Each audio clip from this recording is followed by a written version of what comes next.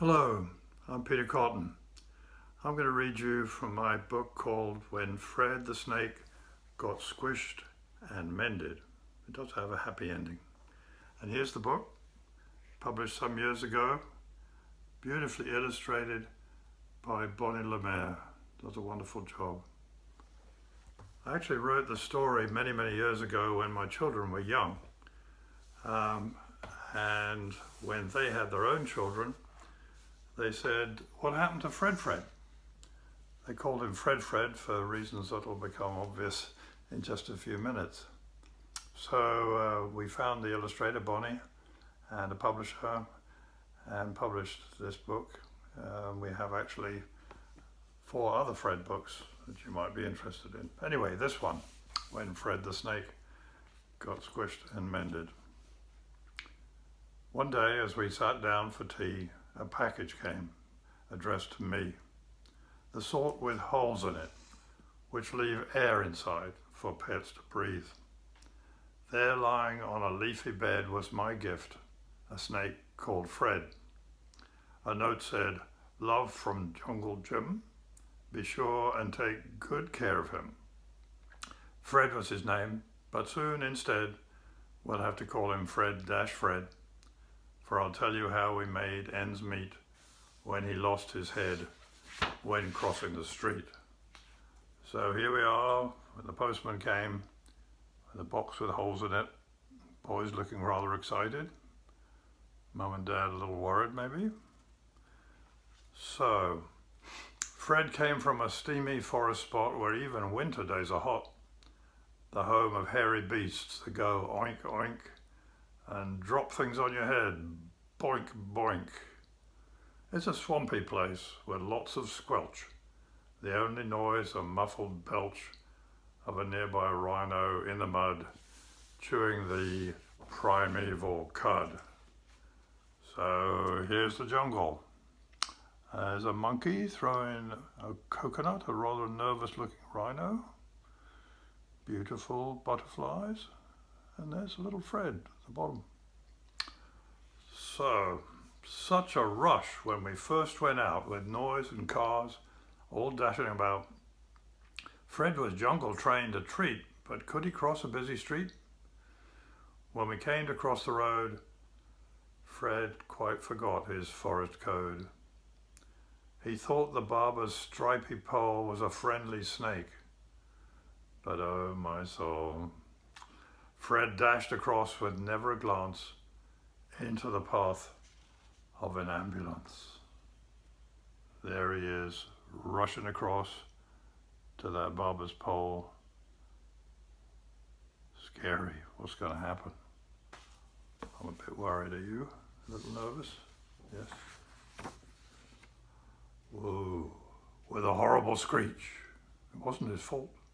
The driver did his best to halt, and like most snakes, Fred had no brakes.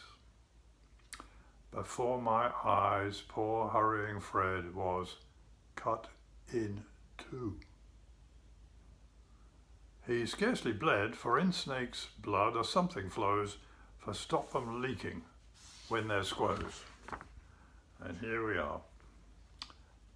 There he is, cut in 2. Ooh. Driver's looking very upset. Fred's eyes rolling. Oof.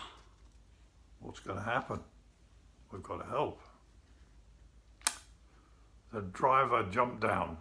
From his pack he took his first aid kit and his first aid book, and the index found for snakes divided, use the longest splint provided. But even that was much too small. The 2 Fred parts were far too tall. We had to call for further aid. Pretty soon the fire brigade had Fred all comfy on their ladder. They'd once been called to a fractured head. With police cars leading them ahead, they dashed through all the lights at red and halted at the hospital gate. Oh, will they have to operate?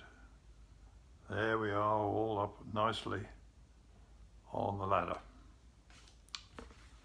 So we're in the hospital. Doctors came and called a vet not a case they often get.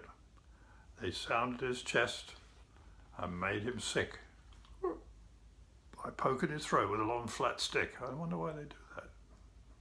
They put him on trolleys, he needed 4, and wheeled him through the x-ray door. I saw the specialist doctor frown as he put Fred's x-rays down. We'll have to do our best to sew these ends together. But you know, to the nurses gathered round he said, I'll need a special sort of thread, full of twist and curl and bend, to make a proper snake-proof mend. So here we are on 2 trolleys. The boys looking very nervous. Doctor's waiting for the thread. Where's the thread come from? That's a good question. The thread comes only from the leaf of a certain bush that grows beneath large rhinos. But who will dare disturb that wild beast in his lair? Volunteers, please give your names. Any volunteers? Suddenly I thought of James. Incidentally, James is the proper way of saying Jim. Jim's short for James, so it's the same as Jim. Suddenly I thought of James, who enjoys, so one supposes, hunting fierce rhinoceroses. So he wrote post-haste to Jim in catapults, informing him of the needs of Fred, or rather Fred's, for the parts now lay in separate beds. There's the boy writing to Jim. Dear James, it says. Well, what's Jim going to do? Jim read the note, but his mortal dread was waking rhinos in their bed. Can't blame him. But he bravely started out to hike. He'd punctured his exploring bike and laid his bait, an open box of rhino's favourite sort of chocks. Woken from his dreamy coma by a birthday sort of aroma, the rhino staggered to his feet and shambled off towards his treat. Here's the rhino going for chockies, looking a little bit excited. Not sure about an excited rhino. From his hiding place, neck deep in slime, Jim, picking the auspicious time, stretched out his hand and with it caught the leaf our Fred's doctor sought. With loving care he packed it in his jungle issue sandwich tin and sealed it with a forest stamp. A monkey swung it back to camp and sent it seagull post that day across the seas where Fred lay. Here we are, here's seagull post going all the way across to where Jim is in the hospital. Okay, so is the doctor going to use it? Yes.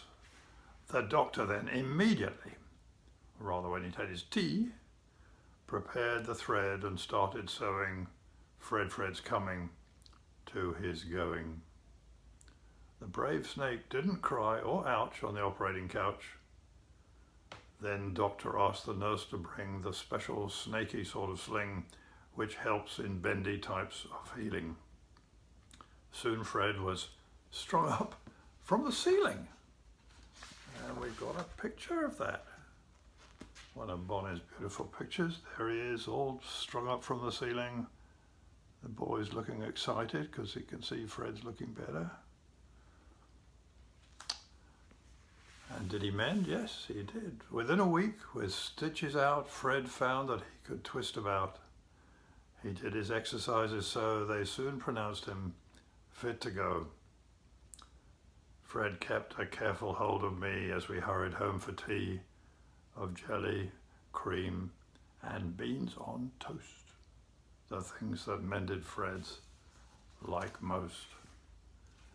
Here's Mama waiting with his tea. Okay, so Then we wrote Brave Jim a letter saying Fred was so much better and thanked him for the jungle trip to provide our snake with a sort of zip. Then Fred washed, put on his jammers, just the leg parts, not the armors, and curled up, having said his prayers, in his box beneath the stairs. As he fell asleep, I heard Fred say, "It's been a very trying day.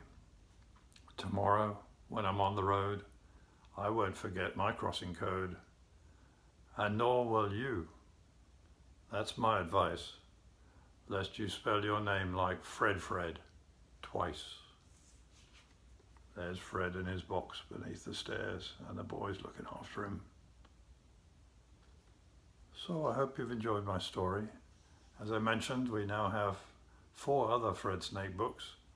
They're available on my website at www.petercottontails.com, where you can also learn that I was not named after a rabbit, because when I grew up in England, there wasn't such a thing as Peter Cottontail. There was Peter Rabbit and Flopsy and Mopsy, but Cottontail and Benjamin Bunny, but not Peter Cottontail. It wasn't until I moved to the United States that people started laughing when they heard my name. I don't mind people laughing. Have fun. Thank you.